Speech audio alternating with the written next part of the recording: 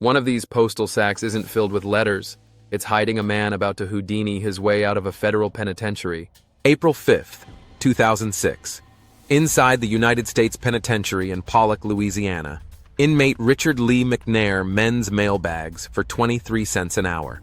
Guards call him the Running Man because he has already slipped cuffs with lip balm in 1988 and crawled through an air duct in 1992. This time, he has secretly built a coffin-shaped crate from scrap plywood, just tall enough to curl inside, with thumb-sized air holes and a plastic breathing tube.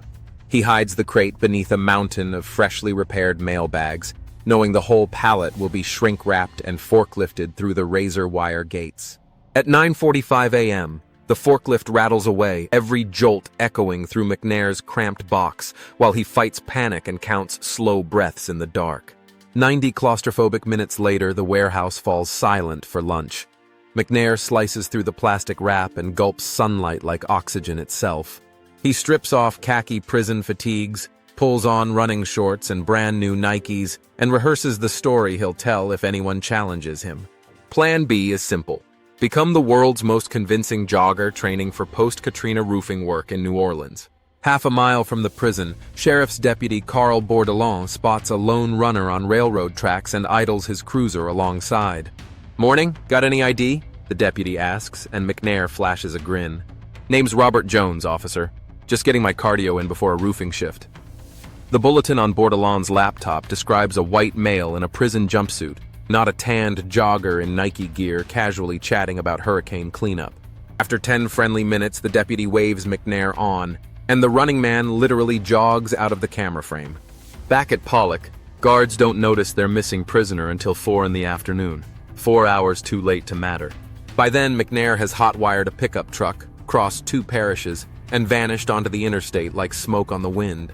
Over the next 18 months, he becomes a rolling ghost, biking back roads, dyeing his hair sandy blonde, and studying episodes of America's Most Wanted just to track himself.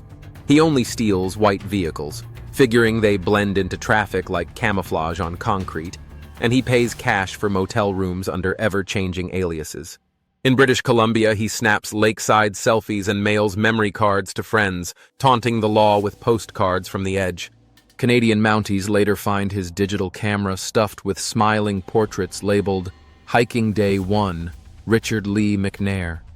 October 25th, 2007, Campbellton, New Brunswick. Rookie Constable Stéphane Gagnon tails a suspicious white cube van with mismatched plates through drizzly streets. The low-speed chase turns into a foot race down Water Street.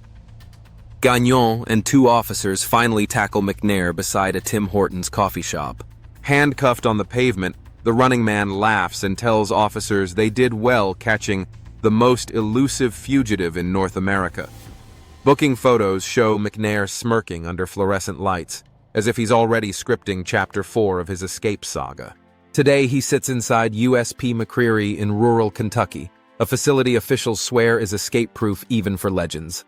McNair calls it the most secure place on Earth, and then adds with a wink that the future is always full of possibilities. Because when you've already mailed yourself out of prison once, the envelope never feels completely sealed. Thank you for watching this tale lost to time. Subscribe for more interesting stories so we can keep them in memory together.